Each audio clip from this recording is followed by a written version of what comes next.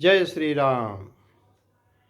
जब सिनेमा के प्रति हमारी इतनी भयंकर रुचि थी और देवानंद और राजेश खन्ना, दिलीप कुमार,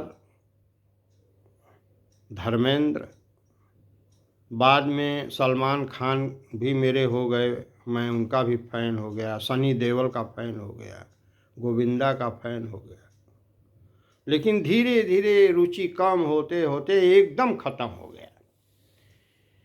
फिर हमारे चचेरे साले जो थे वो सत्संगी बहुत थे, उन्होंने हमको सत्संग में लगाया। जब सत्संग में धीरे धीरे मन लगने लगा, रामचरितमानस पढ़ने लगे, कबीरदास जी के दोहे पढ़ने लगे, बीजक ले आए उसको पढ़ने लगे। पढ़ने में बड़ी रुचि होने लगी, बड़ा जिज्ञासा होने लगी। सगुण क्या है, निर्गुण क्या है, साकार क्या है, निराकार क्या है, ब्रह्म क्या है, जीव क्या है, माया क्या है, संसार क्या है, संत कौन हैं, संत के लक्षण क्या हैं।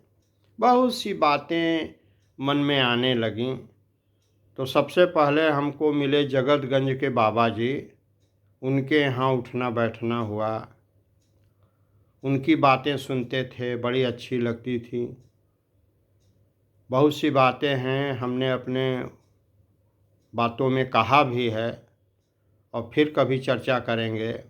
उसके बाद हमको गढ़वा घाट में बहुत दिन तक जाने का अवसर मिला। फिर उसके बाद वहाँ से मैं स्वामी अड़गड़ानंद जी के दरबार में गया अपने समधी के माध्यम से।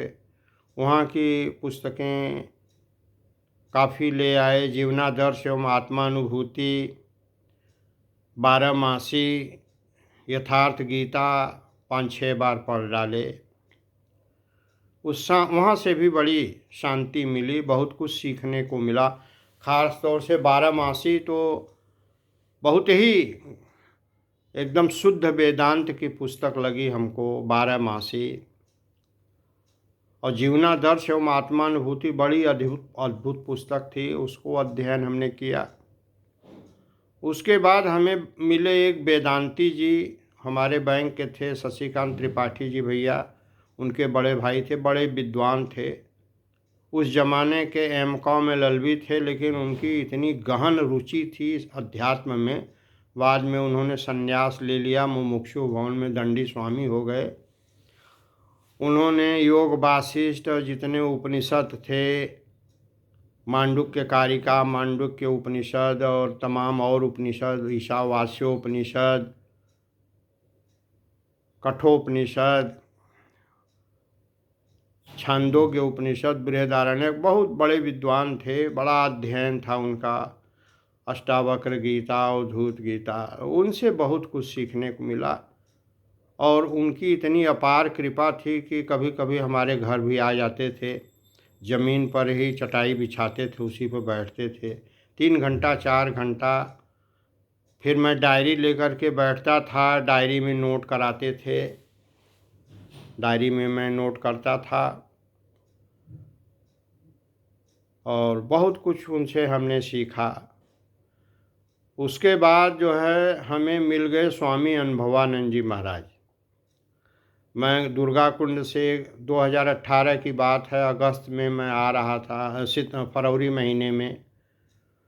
तो हमने देखा कि महाराज का एक बोर्ड लगा था, उसमें योग वासिष्ठ और अष्टावक्र गीता पर प्रवचन। तो हमके ये तो प्रवचन, ये रामायण पर और भागवत पर तो बहुत प्रवचन मिल जाता है सुनने को, लेकिन योग वासिष्ठ पर प्रवचन करने वाला हमें कोई मिले ही नहीं था, और अष्टावक्र गीता पर तो हम निहाल हो गए। फिर हमने उनका प्रवचन 1 हफ्ते का था, 1 घंटे 1.25 घंटे से ज़्यादा वो बोलते नहीं हैं। और इतना मुझे भा गए महाराज जी, इतने विद्वान हैं। अंग्रेजी धारा प्रवाह, हिंदी धारा प्रवाह, संस्कृत धारा प्रवाह, इतना लर्नेड महात्मा तो हमने बहुत कम देखा है अपने लाइफ में। और न किसी से उनका कोई लगाव रखते हैं, न उन्होंने आश्रम बनाया है अपना, न वो चेला चाटी बनाते हैं, न वो भीड़ इकट्ठा करते हैं, न किसी को आशीर्वाद देते हैं, न किसी को श्राप देते हैं। इतने निरपेक्ष और इतने निर्मल महात्मा हम अपने जीवन में, जैसा हम पुस्तकों में पढ़ते थे एक आदर्श महात्मा कैसा होना चाहिए, वो हमने स्वामी अनुभवानंद जी को देखा। इनके मिलने के बाद मैं निहाल हो गया। फिर मैं थोड़ा स्वामी राम सुखदास जी की भी पुस्तकें पढ़ता था,